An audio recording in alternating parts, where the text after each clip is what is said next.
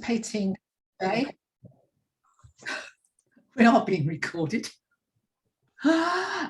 We would ask that you do mute your microphones to start with, and the reason for that is that if microphones are on, we get a whole lot of feedback, and particularly if you're in an office, it gets very distracting.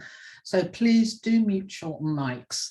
However, if we end up being a very small group, we will ask you at different times to put them on, maybe to give us some audio feedback.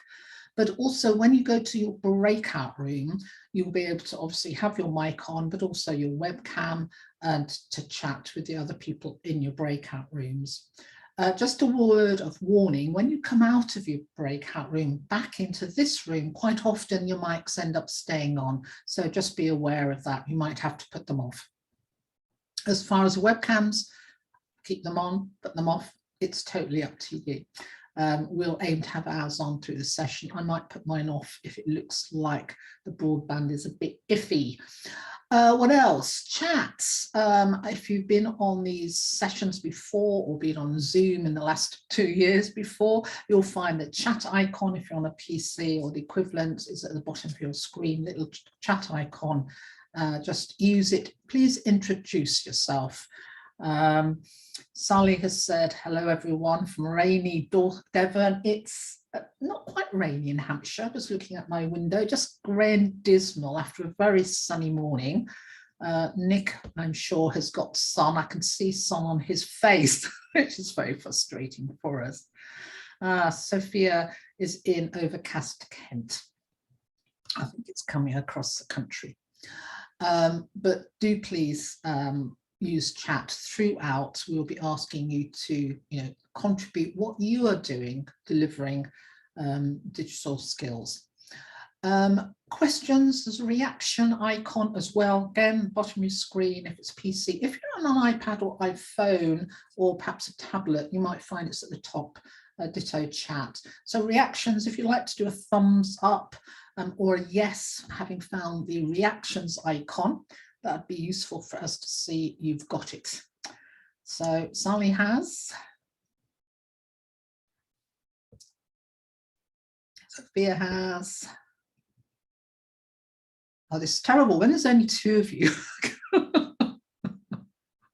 Now, it could be you don't want to do it, which is fine, perfectly fine. It's just put in chat that you know where it is.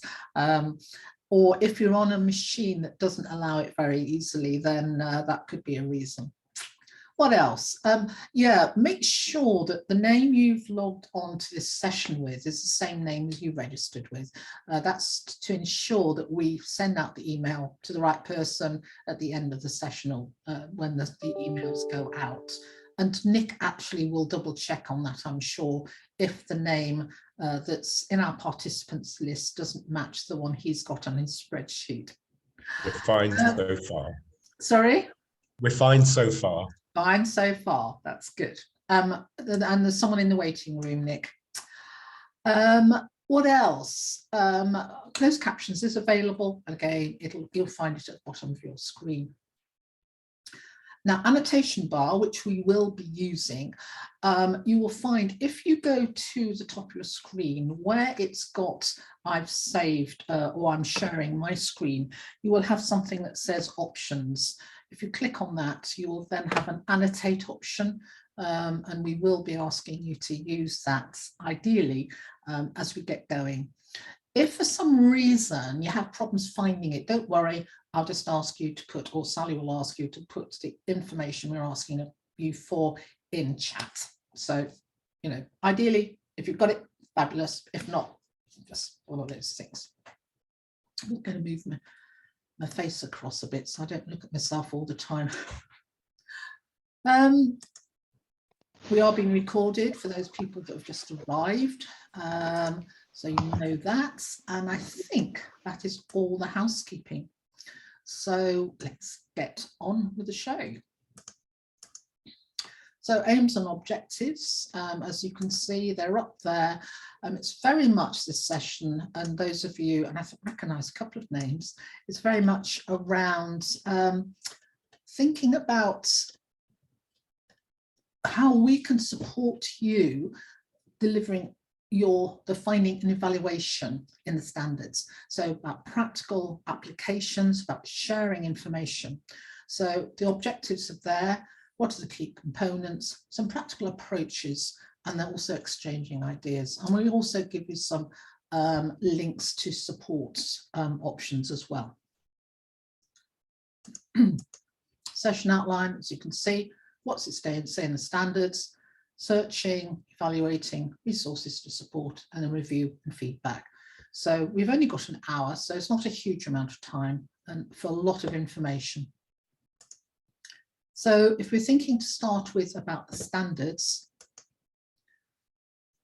there's quite a lot in the standards around finding and evaluating information, both at entry level and level 1, and I've just highlighted some of them.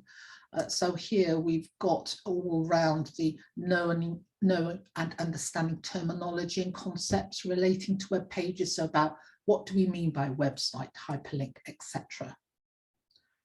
And how do we help our learners to recognize that terminology. And quite often our learners do get confused about the terminology that is available, as we do sometimes as well, I think. What else? So at level 1, searching online for information. There's also searching online, but also on your computer. We won't be looking at searching for information on your computer at all today. It's all around searching online. Okay, and also things around, well, what do we use to make effective searches? So quotation marks, etc.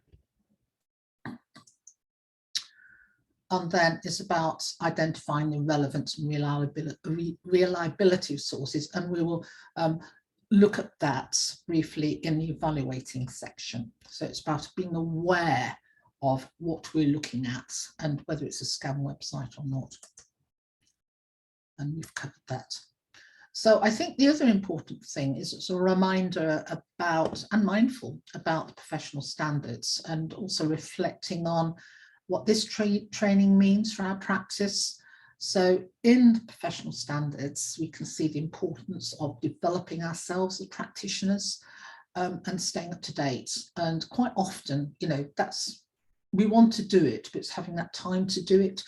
But it is important to do that, but also having access to the tools that make it easier. And as far as time is concerned, you know, making it easier time-wise. So there's 3 different sections there from the professional standards, which we've highlighted. But also, I think Nick will put in a link to the professional standards PDF into chat. Dylan Williams says, we come to CPD not because we're not good enough, it's because we can all improve. And that's exactly the case. And I would say with digital, it's progressing such a huge amount. New things are coming up all the time. Things are changing all the time. Actually keeping on top of it is really, really difficult. And we invariably, and Sally and I find this, invariably there's certain areas we're very familiar with. And then there's other bits that, you know, oh gosh, didn't know that was happening. So yeah, we can all improve. So let's start off by looking at searching. So terminology. So what terms will your learners need to know?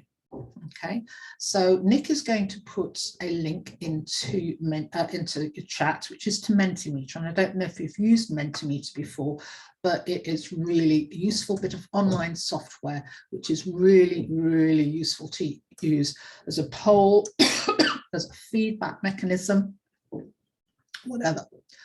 So add your ideas to Menti. I am going to Menti my link here, which will show me the types of feedback.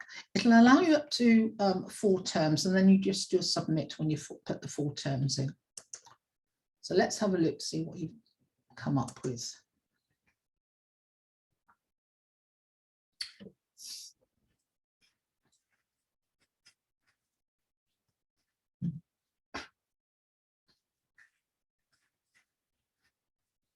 Nothing at the moment, and no one's got, well, hopefully that link works okay. It should do. Oh, yes, good.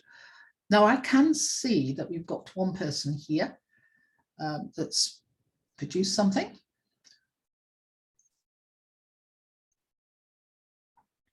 hopefully there'll be a few more that will add to Menti.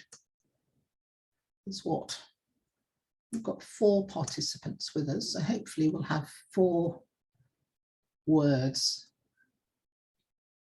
So what terms? So the terminology. If you've got problems accessing, can you drop a message in chat, please?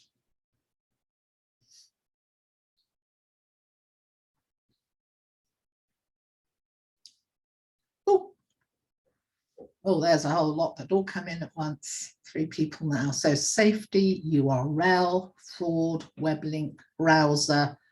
And those are just some of them, aren't there? You know, there's masses actually that we could be using. Anyone else want to add anything before I move on?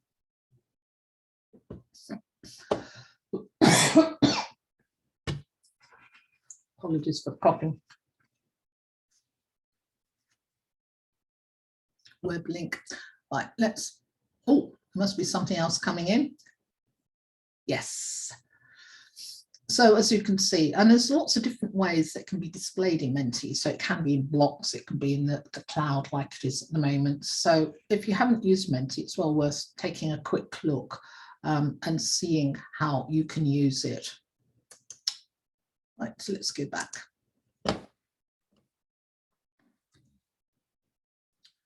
So let's think about searches. So when you search for something, which of these following do you use? And actually, when I was creating this and putting together a number of different searches, I thought, gosh, there's a lot of different ways of searching. I mean, we all tend to do what we're used to doing. But actually, there are lots of different ways, as we can see. So what I want you to do is use the Zoom annotation bar, if you can find it, and stamp. There's options. You can do text, you can do a tick, you can stamp, etc. against the different approaches. Sally's done one there that you use. It can be more than one. You know, I expect it is more than one.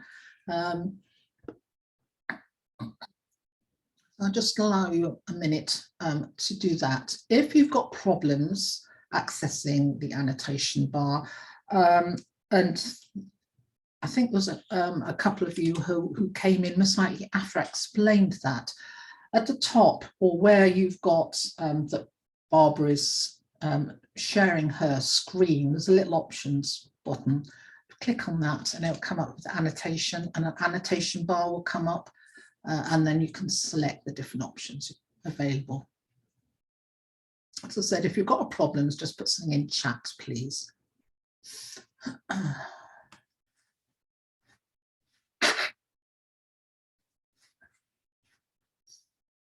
So I think that was Sally and Sophia.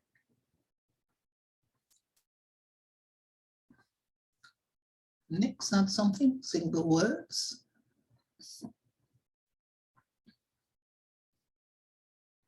I was doing a bit of searching earlier on, and I must admit, on the whole, I tend to do single words and phrases more than anything else. Occasionally, I do an advanced one. I think, well, actually, I only want English websites or something of that sort. But I don't often, I must admit, do signs and symbols, do ands, ors, etc.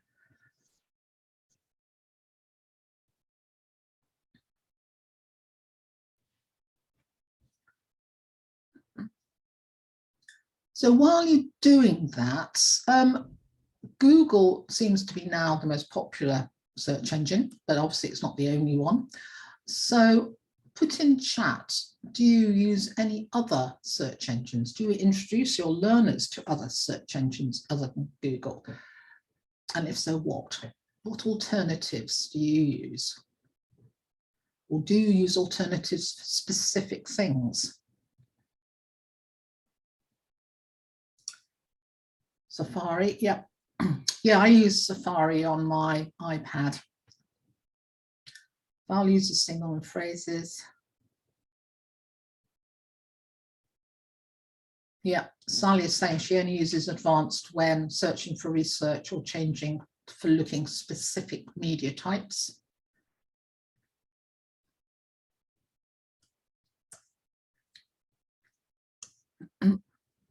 Edge and Chrome, yeah. Edge, I sometimes use Firefox as well. The other day I was using Firefox because I was doing some accessibility work and I was wanting to see how well Firefox works as far as accessibility is concerned, and using screen readers and the like, which I actually quite enjoyed using it. But you do get very familiar with using a particular search engine, and we do need to be aware that different search engines will bring up in sequence our findings in a very different way. And that could be an activity that you did with your learners. So, right, one set of learners using Google, one lot Firefox, Safari, etc. I mean, it obviously depends on what access they have on their computer, to find information about, and what were the top 5 finds. Anyone else? So I think most of us use single words, phrases again, but the thing about phrases, I think, is on the whole, we tend to just put a phrase. So, for instance, women's football, put it in. But actually, if you actually put that into your search engine now, it will come up with a whole host of things. If we then put in quotes, women's football, we would find that it reduces the search in numbers. Women's football UK, ditto, and then in quotes, women's football UK. And again, this is the type of activity you could do with your learners, getting them to put in, obviously, something that's relevant to them, because again, it makes it much more interesting. And then look at how you can reduce the number of results or making them more focused by putting them in quotes. Cinnamons also is another way of searching if you have problems getting a result, actually finding a different word that means the same as yours. So I've got a link here that goes to a thesaurus browse cinnamon. You can put your cinnamon, sounds like something you put in your food, doesn't it? You can put in, so let's say football, no, not football, footy, if it'll come up with anything. And it then says, well, actually, do you mean foodie or whatever? But let's put something else in. Put something like housekeeping, oops, maybe. And it's come up with some housework, housewifery, domestic science, and so on. So having synonyms there as an option is useful. And again, it's an activity you can put your learners through. Right, I think we've done enough with our browser. Can you wipe those off for me, Nick, please? Thank you. So the name searches, again, you know, I must admit, I don't do domain searches, but if you, so for instance, did put COVID, I'm going to put this in search, you might want to try this actually. If you put COVID, for instance, into your website, you're going to get masses, absolutely masses of results.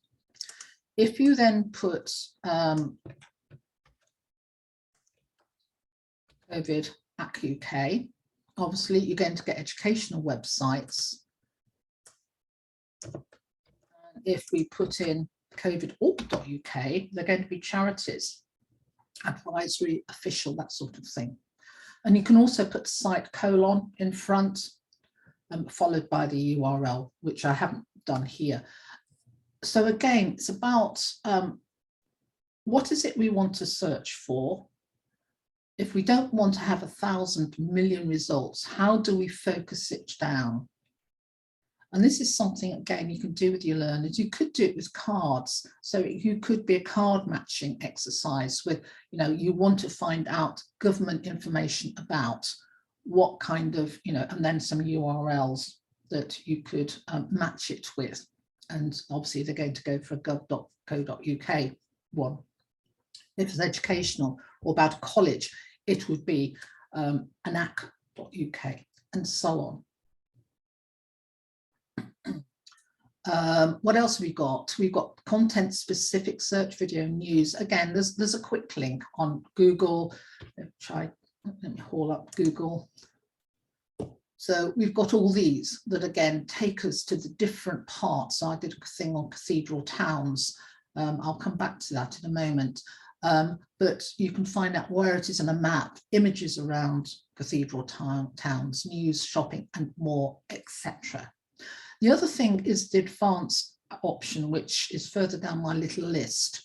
And depending on your computer settings, this will depend on whether you've got an advanced option here. I've got safe search on, or whether you have to go into settings. So settings and advanced search. And again, you can think about with your learners what it is they would want, what is it that you want to focus down on in the advanced search. As I said, on the whole, I tend to do it if I want it from just the UK, for instance, and recent. I don't want something there that was published 20 years ago. I want something in the last year. But you can use this exact word or phrase, any of these words, and so on, which is where we can use our and, ors, etc. as well. Going back there. Signs and symbols. If we want to exclude information, we put a minus or a hyphen or small dash in front of the word. Now we have to make sure that there's a gap before that hyphen, dash, and the word. So for instance, and I'm going to copy and put this into my chat. So you see marketing. If I was wanting to do something on marketing, but I didn't want anything to do with digital marketing, that's what I would do. Okay. If I wanted now,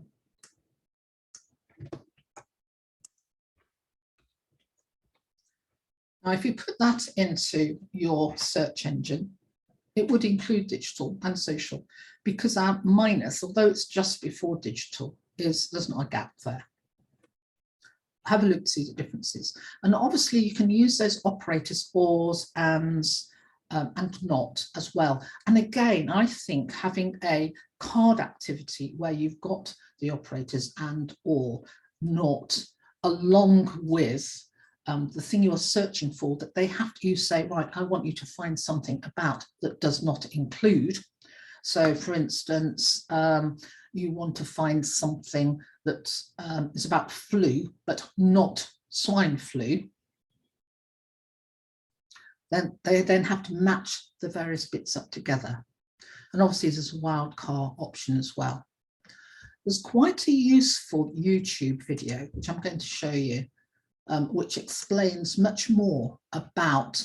Good grammar and spelling are important, but if you want to write essays that inspire. Actually, I would say Grammarly is really good, but this is a really useful video. This video will show you how to develop a basic search string using 3 practical tools: Boolean operators, quotation marks, and the asterisk or star symbol. These 3 tools can be used in most databases and will help make sure you are getting the most relevant results for your research without spending hours staring at a computer screen. The first of these tools is Boolean operators, which involves using the words and, or, and not. When incorporated into your search strategy, these words are always written in capital letters and can be used as often as you need them. And retrieves items that include 2 different concepts together. For example, an article that talks about caffeine and sprint performance. Or is useful when it doesn't matter which concept shows up in your results, as long as one concept is included. For example, searching for teenagers or young adults will likely provide information on similar types of people, even though you're using different terms. Not can remove search results you may not need by filtering out specific words. For example, if you were interested in information on outdoor walking patterns and kept getting information about treadmill walking, you could search for walking patterns, not treadmill, which would help to remove some of this information from your list. Truncation involves the use of the star symbol. Right, I'm going to leave it at that, but as you can see, very simple, useful information there. And actually, I think that would also help you, going back to the card option, about how you could put those cards together with the and not for as an activity. So what kind of search activity or query, I'm going to put this in chat, hopefully I'll get that. Yep. If you're traveling from to travel from Glasgow to Belfast, and if you'd like to put it into chats, so what search inquiry or query would you use to find the following information? Ways of traveling from Glasgow to Belfast.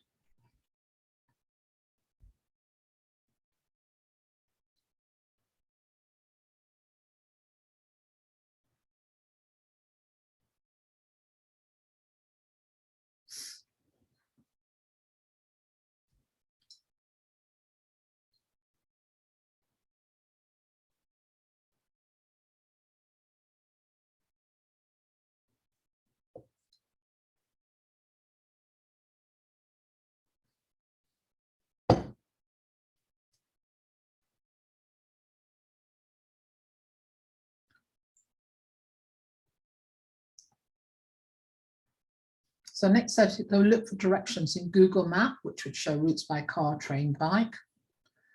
Travel from Glasgow to Belfast as a phrase. Yeah, Sophia. I think I might also, in the advanced option, say I only want UK information, because sometimes I was doing a quick search the other day, and it came up with a whole lot of information from abroad. While some of it actually is quite useful, I want to be fairly focused. Okay, carry on thinking about that, because what I'm going to do now is thinking about some activity ideas. I will actually just show you something first, and again, Nick will put the link of this into chat. Let me just find it. I've lost my copy. I've actually lost the copy, so I'll come back to that in a moment. So let's move on one and thinking a bit more about activity ideas. Now, obviously, we've been thinking about some activity ideas already, and I want you to add to chat activity ideas you have used. But these are some things that I've come across. First of all, one way for learners to practice searching is for you to give them a list of different information for them to search with, and then to identify which type would be the most effective. So which one of those various options we talked about. And again, we talked about using topics that would interest your learners. But I think to start with, you can be thinking about using a structured guided search. So this could be, for instance, be given a name of a famous singer and provide questions for them to answer about them. So it could also include the learners providing the URL where they found the information, the image, and that could then be served to OneNote or Google Classrooms or similar. So I'm going to go to Jamboard, and in fact, Nick's going to put Jamboard into the chat in a moment. Just hang fire for a moment, Jack. Can I just see with thumbs up who's used Jamboard, please? Because it's useful for me to know who has used Jamboard and who hasn't.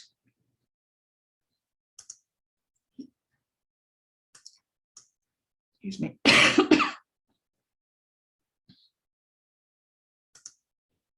So Sophia, Nick has, and several people haven't. Okay, that's useful to know. Thank you. So I'm going to talk about how to do it. So I'm going to go to Jamboard. Sorry,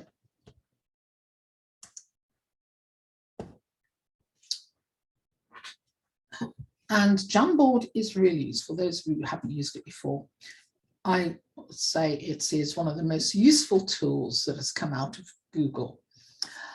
It is a Google product. You don't need to have any other Google products to access it. You just need to put it, put Jamboard into Google or whatever, and it will come up and you can just access it.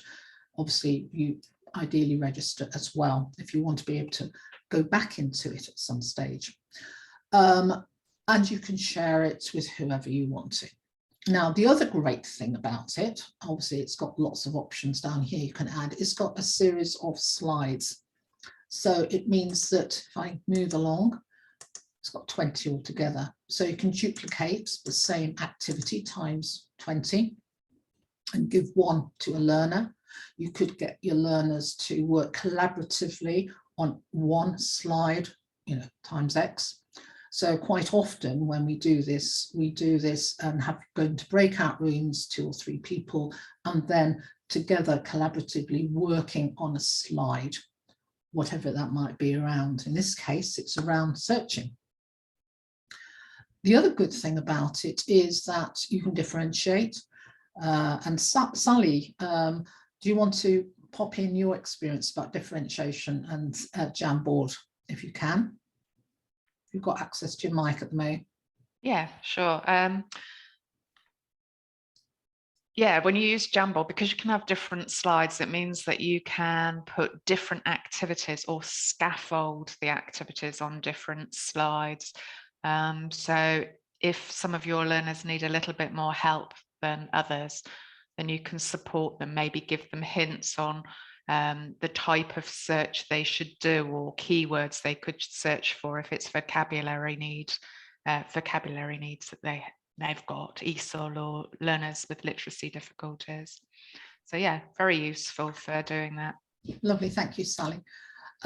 So in this, you could do it individually, is what you're going to do, have a very quick go at this, but also you could have 2 or 3 people and you could then split out who is doing what, so they collaboratively produce that information. So you're all going to go to a slide each, but before you do that, and let me just show you how it works. So this is the background picture actually. What you are going to do is think of a person and then you're going to click on the text box and then write in that person's name. So it could be, what about Queen? They're a group as opposed to a single learner, a single singer. So who, the Queen, born? Well, obviously you take one, the lead singer and the Queen, when they were born, where they were born, and 3 interesting facts. It's about finding that information and perhaps a picture. So what I want you to do is you're going to give them literally 5 minutes, not too long, and you're going to think about a singer or just an interesting person. I suggest a singer with learners or something else, who they are, born on what date and where. Just very quickly, going to have 5 minutes for this. Whether you can find a picture or not remains to be seen. If you can find a picture, add an image is here. You need to have saved it, browse, and obviously find your picture and open, and it will be added. Okay, but don't worry too much about that. You haven't got very long for this. And obviously, if you're doing it with learners, perhaps you'd also want them to put the URL where they found that information. So off you go to Jamboard. You're doing it individually. Okay, I'll just say who's going to be on what slide so you don't all try and do the same slide at the same time. Okay, let me just check my names of people. Oops, participants. I've lost my participant list for some reason. Oh, there we go. So Sophia, can you be slide 1? Val, slide 2. W. Raham, slide 3, and Raki, slide 4, please. Okay, so Sophia 1, Val 2, Raham, W. Raham is 3, and Raki is 4. Thank you. Oh, thank you, Sally. We're going to have 5 minutes.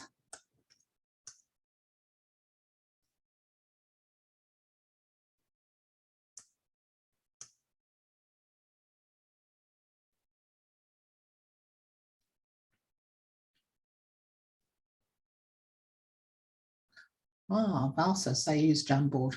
Lovely.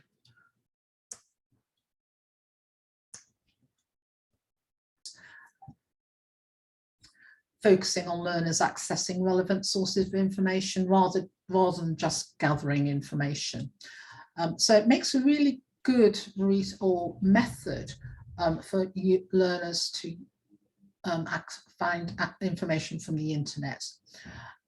So there is an example on the Excellence Gateway, and I'm actually also going to my desktop, because there's also some quite, hopefully see them, oopsie. So this came an example from the Excellence Gateway. WebQuest is around computer accessibility. It's an introduction about it, told the task. In this particular example, it's someone working on their own. Traditionally, it's a collaborative activity. So it could be that they've got to find information, say about a country.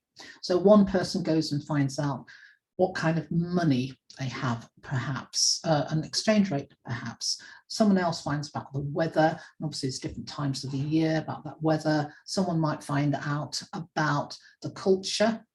So finding out different bits of information and then bringing it together and producing, you know, something that is about that country is an example of what they can do. In this particular one, it's a single one. It's about accessibility and about investigating the following websites for very specific information. So there was that one. A similar one was around digital camera and about finding how to operate a digital camera, and again having some tasks and some websites for them to go to. Excuse me.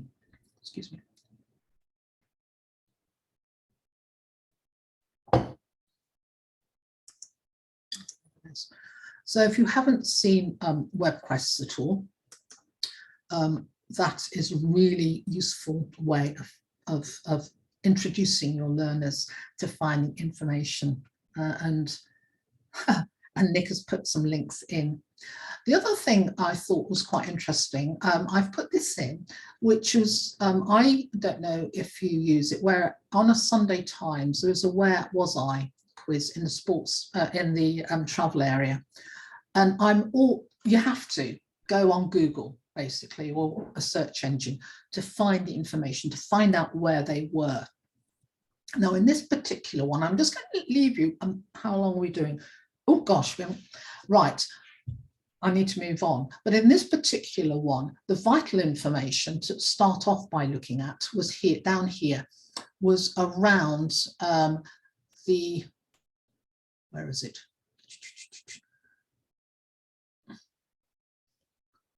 So I get all the way down here. The town had been a royalist stronghold and briefly a royal mint. So when I got to that bit, I thought, oh, royal mint. And I then found briefly Civil War. I then found it Shrewsbury, and then it was a case of finding the rest of the information. It's something like that. It's just quite interesting. Obviously, some of them are a lot easier than others to identify. Scavenger hunts, again, really useful way of learners finding information out there, going on a trip, giving them trip information and finding that information. I'm just aware of time going on because I just want to show you one last thing before I hand over to Sally. Apologies, Sally. This is a quiz, okay, using Flippity. I'm going to give you an example of what you would do. So team one, they've got various questions I've provided. What's this one? Oops, go for team, oh, sugar, go back one. Sorry, I need to go to my link. Team one, world capitals. What capital city was opened? Da, da, da, da. So they would then have to go do a search to find out the right answer.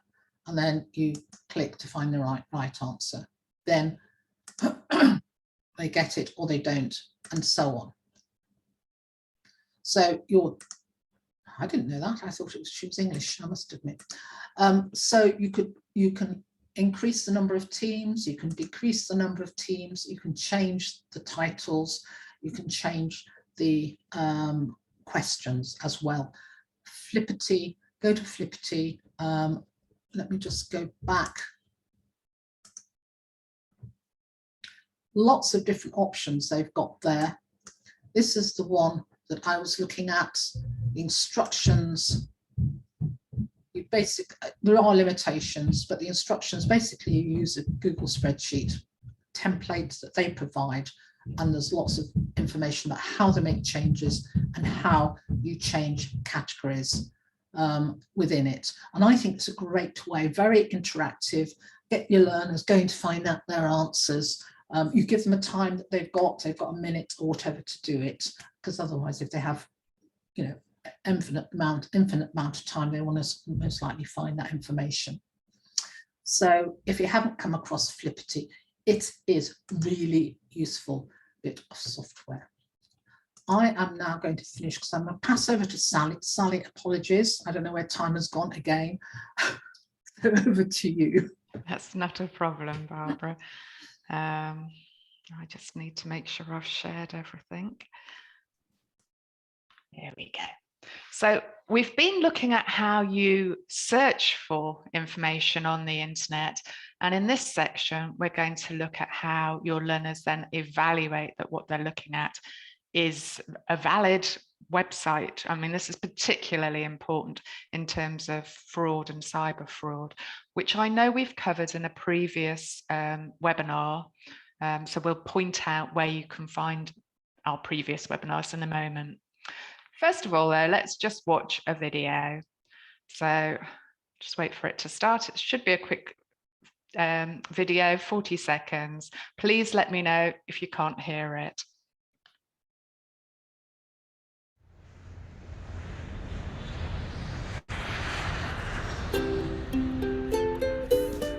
The internet's a great place to find a holiday bargain. But can you be sure you're going to get what you've paid for?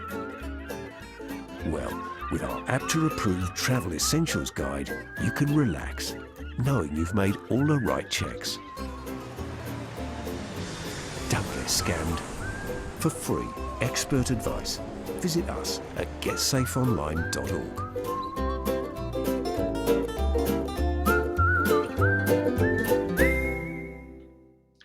I really like that video. Oh, let me just move it on. I really like that video because it's quite a nice, fun way of introducing the topic of searching and then evaluating the site safely. We read stories or hear stories via media all the time about people who have found what they think is a bargain only to discover it's some form of scam. That video came from Get Safe Online, which has lots of videos on various subjects. It also provides information around them as well. So if I just click on the site and take you to Get Safe Online, it provides really useful information for you to share with learners, but also to use yourself when you're planning lessons. So under safe internet use, of course, there's the risks, what we need to look out for, but it also gives you advice. Things such as using your common sense, checking email addresses. Does the site actually provide contact details? The padlock, is it a HTTPS site? All the sorts of things that I know you will already be teaching. Things like looking at the URL really carefully to see if there is a slight difference in a URL in the spelling of a word. That can be an indication. There's lots of information on here and all those extra bits that you need to check for. So that is one site I would definitely look at for your own planning of lessons, but also with students, you can direct them to as well. And the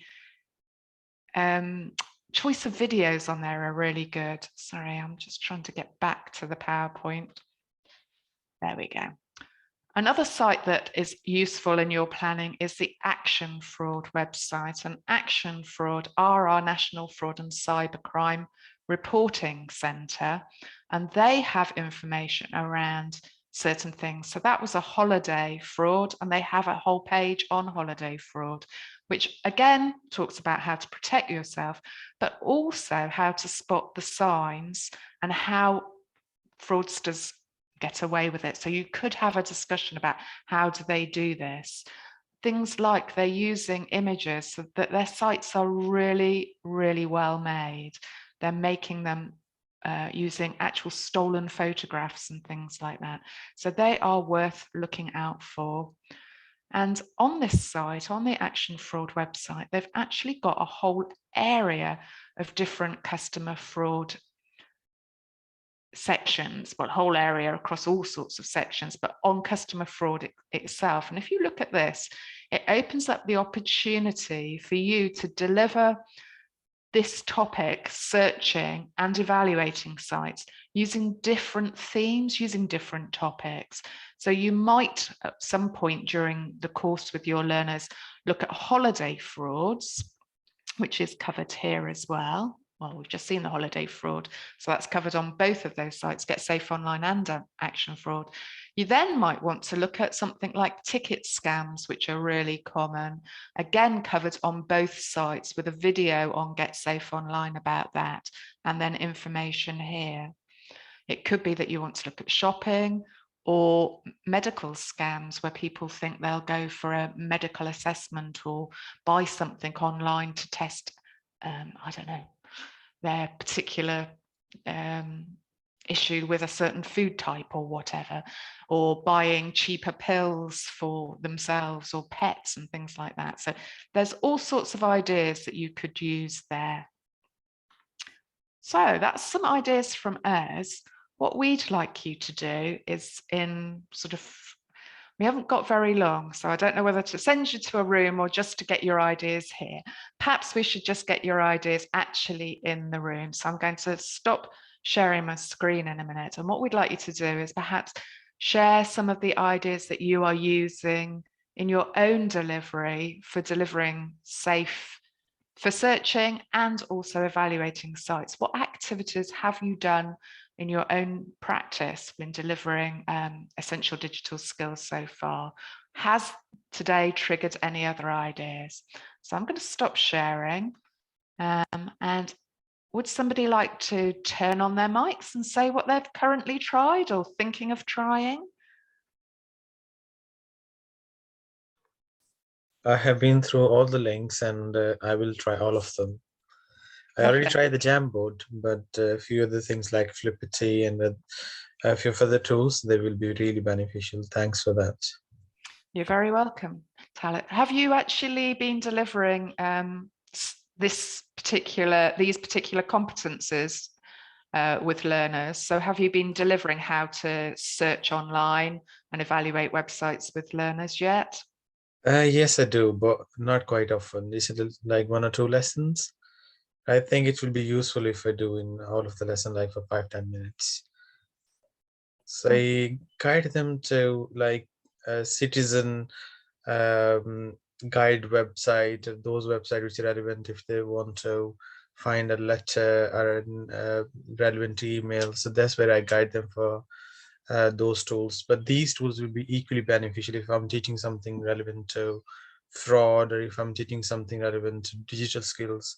So I can refer them to these websites and they can benefit from it. Thank you. Thank you. Anyone else been delivering searching and evaluating sites, and how have you approached it? If you want to turn on your mics and just chat, that's fine.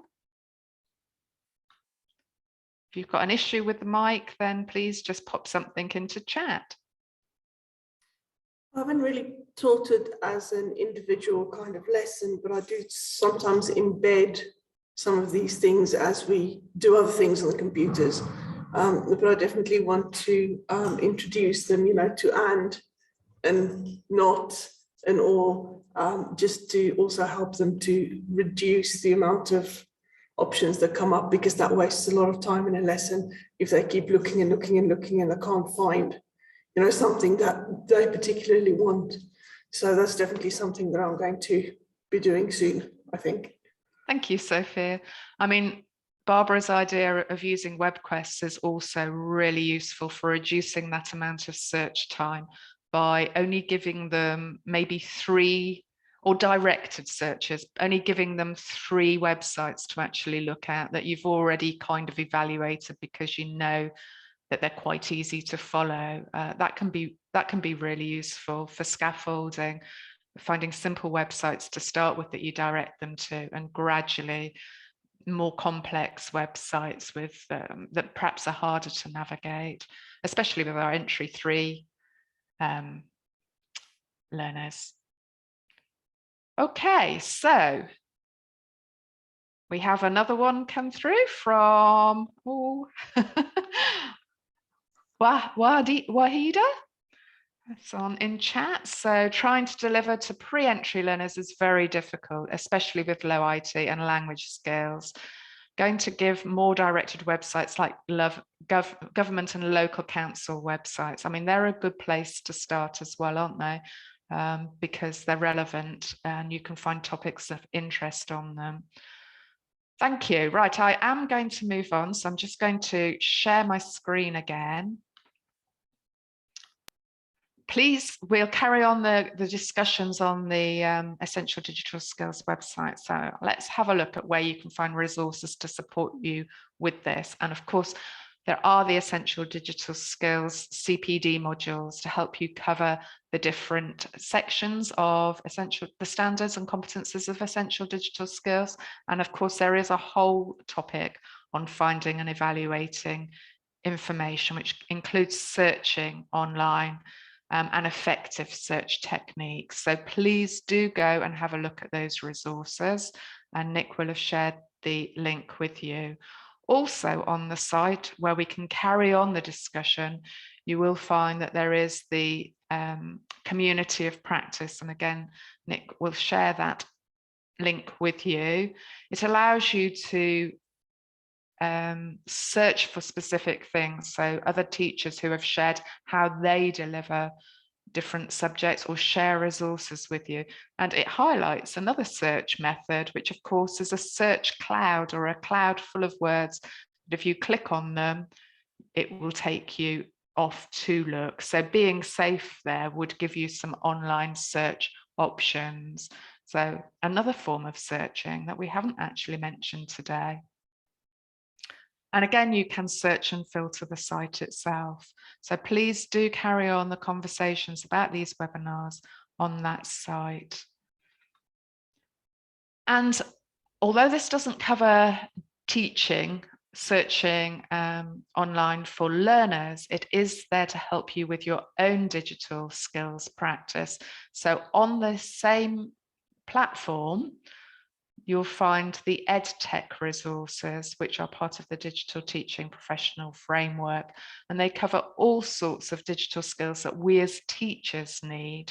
And some of those areas are badged. Particularly useful are thinking about accessibility and equality and diversity, especially for our low-level skills or learners with language whose English isn't their first language, thinking about tools to support those learners. The accessibility section might be useful for you as well. So in the session, this is what we were hoping and planning to cover, and hopefully we have covered that with you. I'll just give you a second or two to have a look at that information. So understanding what is needed in the standards at entry 3 and level 1, and giving you some practical approaches on how you can use that with your learners. We didn't have that long to exchange ideas, but hopefully we've given you lots of ideas and pointed to you to the other resources. After today's session, you will get sent an email with an evaluation link. Please do fill that in when you receive that. It helps to inform future sessions, what you might want, what we can do to improve. It's all about improving, let's face it, for everybody. Those are our contact details. It would be so much better though if you actually communicate with us via the Essential Digital Skills Community of Practice board, because then that way we all get to see the questions and the answers. So I'm going to stop sharing and ask if there are any questions. Please do ask them now. Otherwise, I believe it is lunchtime.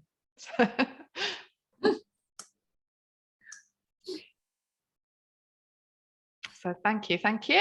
Thank you. Thank you, Sophia. Thank you.